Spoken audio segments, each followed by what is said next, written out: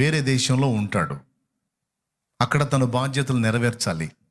మళ్ళీ వచ్చి ఫిలిప్పును కలుసుకునే బాగున్నారా, ఏం సంగతులు అని మంచి చెడ్డ అడిగే అవకాశాలు లేవు. ఒకవేళ ఆయన వచ్చినా ఆయన దొరకడు. ఎందుకంటే ఈయన ఒక దగ్గర ఉండే మనిషి కాదు ఈ ఫిలిప్పు. ఇక్కడ నుంచి అయిపోయి తనకు బాప్తిసం ఇచ్చాడు, ఒడ్డుకొచ్చాడు, అతనికి బాయి చెప్పాడు, ఆత్మచేత కొనిపోబడి ఆ జ్యోతిలో కనపడ్డాడు. అంటే మళ్ళీ వచ్చినా ఆయన దొరకడు. రెండవది, ఆయన మళ్ళీ పలకరించకపోయినా, మళ్ళా దర్శించకపోయినా, కొంతమంది విశ్వాసుల ఫీలింగ్, మనం ఆయన దగ్గరికి పోతున్నప్పుడు రాడయింది మన దగ్గరికి. అసలు అట్లా రాకపోతే ఎట్ట విశ్వాసులు ఎట్ట బలపడతారు? అసలు విశ్వాసులు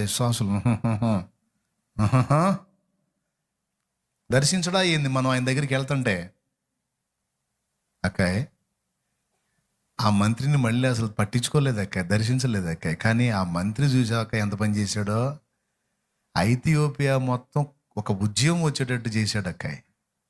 అది అక్కాయ్ పట్టంటే అన్నాయ్. అది కొంతమందికి పొద్దస్తమానం దయట్రా, పొద్దస్తమానం పక్కనే ఉండి అయ్యా జాగ్రత్త, అయ్యా జాగ్రత్త, అయ్యా జాగ్రత్త, అయ్యా జాగ్రత్త అంటుంటే కూడా 30 సార్లు బళ్ళు ఎగుతుంటాడు.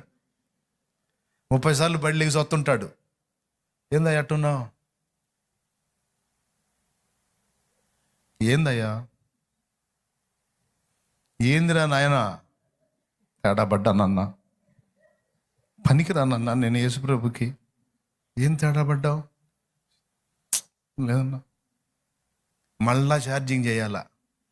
ఏం కాదులే అయ్యా, సరే ఒకరోజు ఉపవాసం ఉండి సరి చేసుకోయ్యా, ఇంక చేయవాకయ్యా, పాపం చేయవాకయ్యా, వద్దయ్యా, ప్రాణం పెట్టాడు కదయ్యా, మళ్ళీ ఎందుకయ్యా ఆయన బాధ పెడతావు, వద్దయ్యా. నేను కూడా అదే బాధపడుతున్నాను.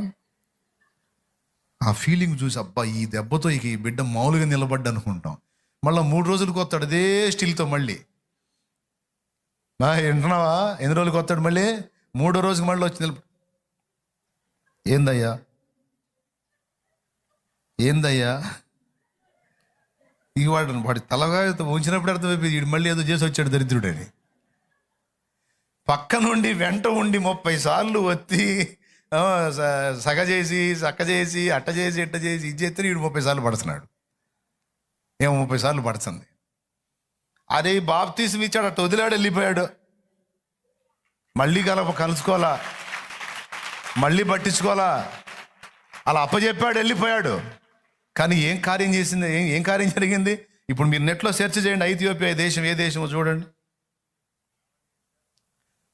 క్రిస్టియానిటీ ఐథియోపియాలో అంటే ఇథియోపియాలో 67% ఉంది ఇప్పుడు.